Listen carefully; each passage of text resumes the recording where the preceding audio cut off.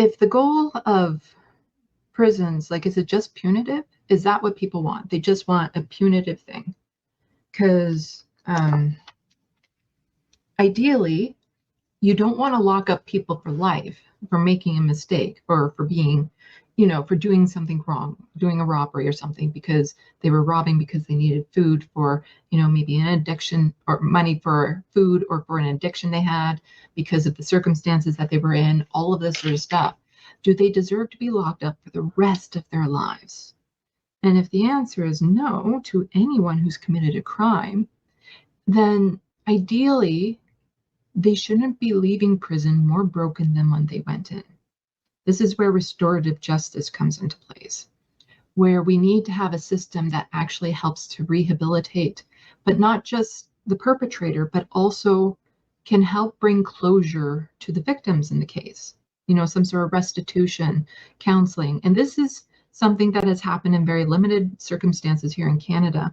And the victims of the case, they absolutely have to agree to this process. Nobody's being forced into it because it is very traumatic in a lot of instances.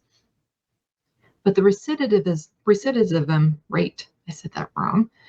When people are properly treated in prison, they're given skills, they're given proper medical care, they're given counseling and all this sort of stuff. When they get out of prison, then they're better equipped to deal with society and get a job and get a home and all that sort of stuff. But if all you do is lock them away in prison where they're exposed to gangs and abuse and beatings and violence, and then at the end of the sentence, you just kick them out onto the street where they've lost their housing, so they might get into a halfway house where there's more abuse and drugs and things of that sort, potentially, not always.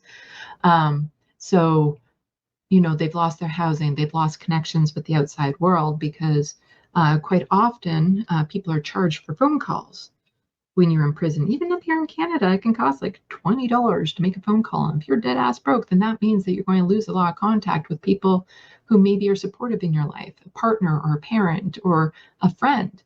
And so you're broken away from your contacts in society for how many ever years you're in prison. And your social skills plummet. You have a record, which makes it harder to get a job. You don't have any secure housing. The recidivism rate of that, well, they're going to turn to what they know will help support them, which is often crime. So this is a multi-tiered issue that should be dealt with.